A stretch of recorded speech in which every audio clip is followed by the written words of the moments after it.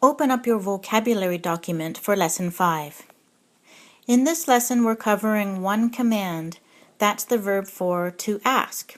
So, first off, we have ask me, ask her, and ask him. Dagariwanundos, seriwanundos, etseriwanundos. This is our verb root here. And dage is the prefix for you to me. Se is the prefix for you to her. And etse is the prefix for you to him. So put them together and we have our three commands. Remember that the purple prefixes describe the relationship between people and other people. Next, we have the verb root for being happy. I'm happy, you're happy, he's happy, she's happy, and it's happy. Wagatsenuni, satsenuni, rotsenuni, yagotsenuni, and yotsenuni. Next, we have some particles. Aguego is our word for everyone or everything. Hadinahoda means anything or whatever. You can see that nahoda part is familiar. You know that this means what. And the hadi part is the part that we use to add the sort of whatever aspect to it. And you can use that on different questions like unka, our word for who. You could say hadi unka to mean whoever. And gutke is our question word for when. So you could add it to that too and end up with hadi gutkik, which means whenever. So you can see that hadi is a very useful particle. Degetdiha, that's our word for different. See the two T's here? That's a tricky little thing to say, but try it. Degetdiha, degetdiha, degetdiha.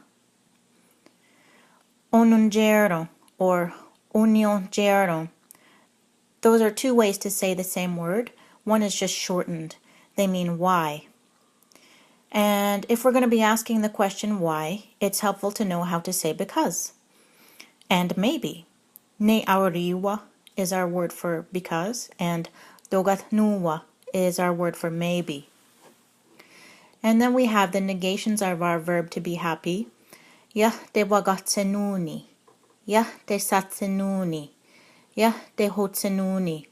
Now remember that R from that blue prefix for him, him to it, it to him, that changes to an H when we negate it. So you don't say yah te rotsenuni, you say yah te hotsenuni. Yah te hotsenuni. And lastly, yah te hotsenuni, Fluffy the cat isn't happy. Just a little note on our verb root atsenuni, being happy. In Ganyangeha, that's an A stem verb root, meaning that the root starts with the vowel A. Because of this, some of our prefixes have to modify since we can't have two vowels beside each other.